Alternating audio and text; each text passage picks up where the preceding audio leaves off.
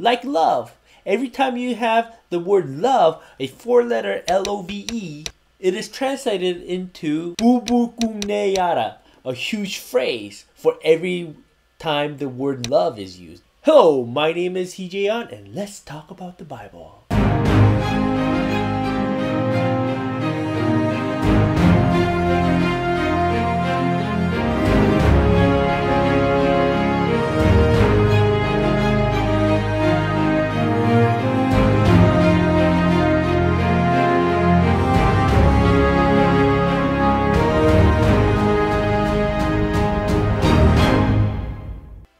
Now, a little bit of background. My parents were missionaries in Papua New Guinea as Bible translators with Wycliffe Bible Translators from 1986 to 2002. And I was with them from 86 to 2000. And they translated the New Testament into the Gwahatike language, a population of about 2,000 people in the Raikos district of Madang province in Papua New Guinea. The reason why I mention this is because the word love in the Gwahatike language does not exist. And it's true for most obscure languages to not have the word love in their vocabulary. It might seem weird. They have the word for like, and they could say like very much or extremely like something, but they do not have the equivalent word for love. So when you translate the Bible, you have two options. One, you could just use the word love. The word love is kind of understood by most people. However, for the older generation who do not speak English, it becomes a detriment when they read the finished Bible and it has foreign words in it that they do not know or they do not relate to.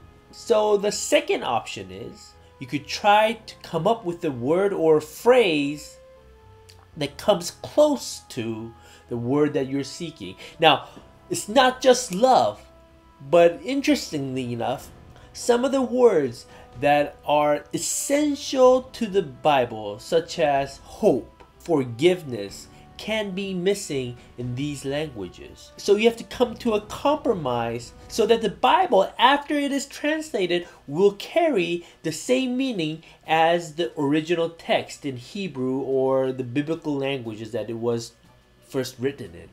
So what my dad did was he had his language helpers, and one of the language helper's son was playing in the front yard, and he pointed to that boy, Myron by the way, pointed to Myron and asked the father how he felt about him. The answer was Bubulkung yara nudehime, which means I consider him as my heart.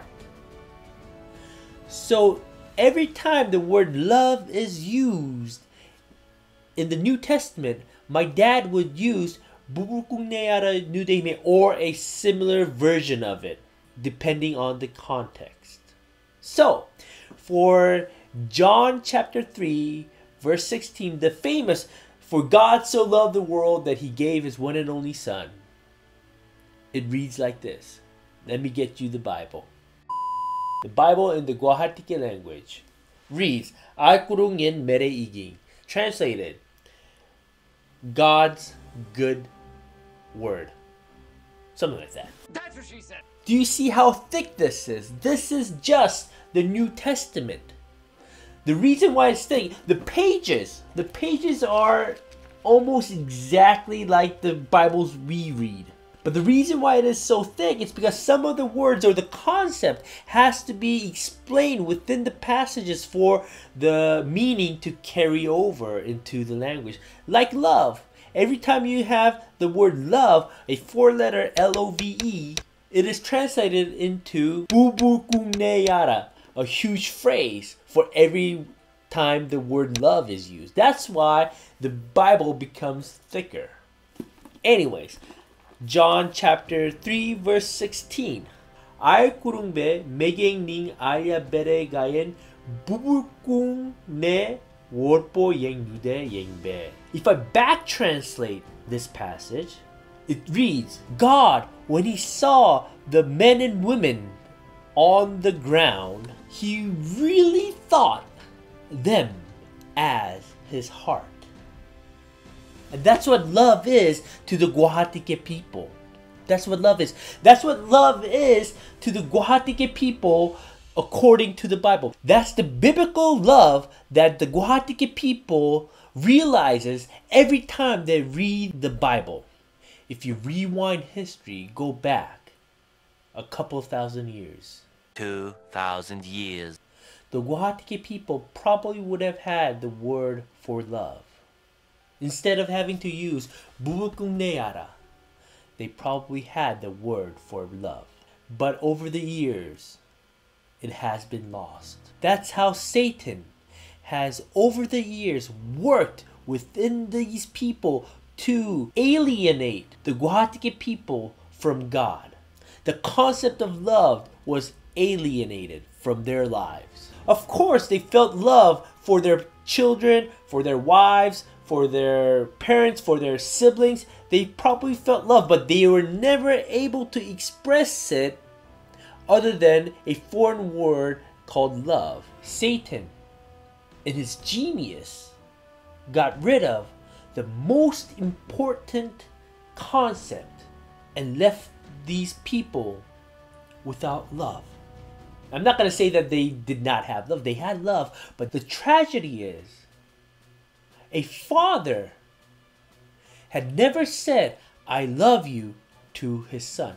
The father never said, I love you to his wife.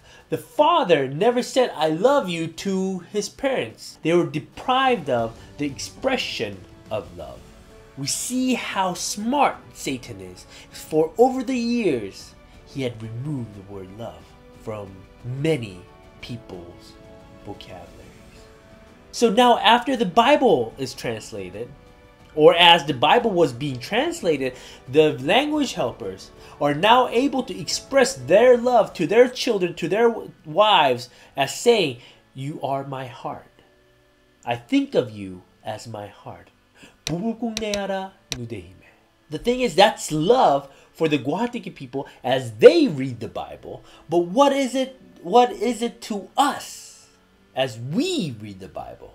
In our society, what is love?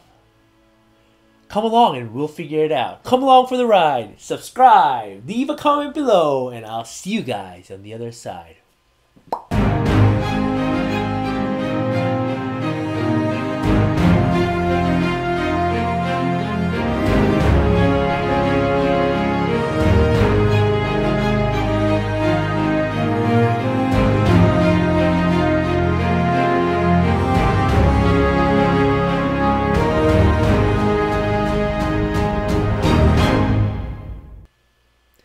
It becomes